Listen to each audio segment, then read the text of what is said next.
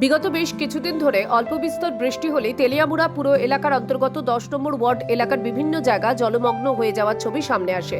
বিশেষ করে সংশ্লিষ্ট ওয়ার্ডে অবস্থিত একটি বিদ্যালয়ে রীতিমতো অসহনীয় অবস্থা তৈরি হয়।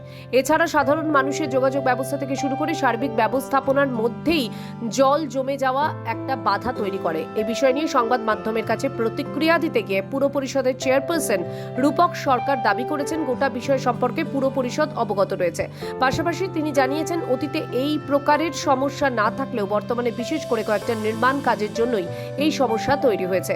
তবে তিনি আশ্বস্ত করে বলেন আগামী কিছুদিনের মধ্যেই সমস্যার সমাধানের পথ বেরিয়ে আসবে এবং ইতিমধ্যে বিভিন্ন স্তরের ঊর্ধ্বতন কর্তৃপক্ষের সঙ্গে কথা বলে গোটা বিষয়ের সমাধান করার জন্য উদ্যোগ গ্রহণ করবে পুর পরিষদ। পুর পরিষদের যে পুরো নাগরিক আছে তাদের অবগতির জন্য, বিশেষ করে 10 নং ওয়ার্ডের নাগরিকদের জন্য আমরা এই 10 নং ওয়ার্ডের যে রাস্তাটা দীর্ঘদিন ধরেই এরকম হয়ে আছে এবং বিগত সময়ে জলটা এখানে বিশেষভাবে সেখানে জমাট বাঁধত না, কিন্তু বর্তমান সময়ে জমাট বাঁধার একটাই কারণ পাশে আমরা দেখেছি যে তহসিল অফিস এখানে হয়েছে, পাশে কোর্টের ভূমি সংস্কার হয়েছে, সেখানে বাউন্ডারি ওয়াল থেকে ধরে বিভিন্ন কারুকার্যের ফলে আমাদের যে ড্রেনেজ সিস্টেমটা যে দিকে যাওয়া গিয়েছিল সেখান থেকে সেটাকে আমরা মুড় ঘুরিয়ে অন্যদিকে আমরা নিয়ে যেতে হচ্ছে।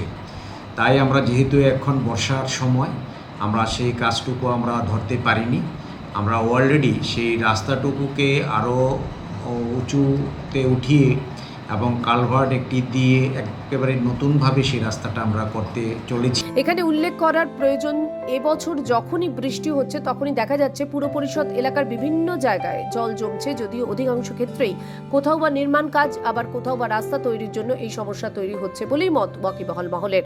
ত্রিপুরা থেকে দেবাশিস বসুর রিপোর্ট, সিএন ত্রিপুরা।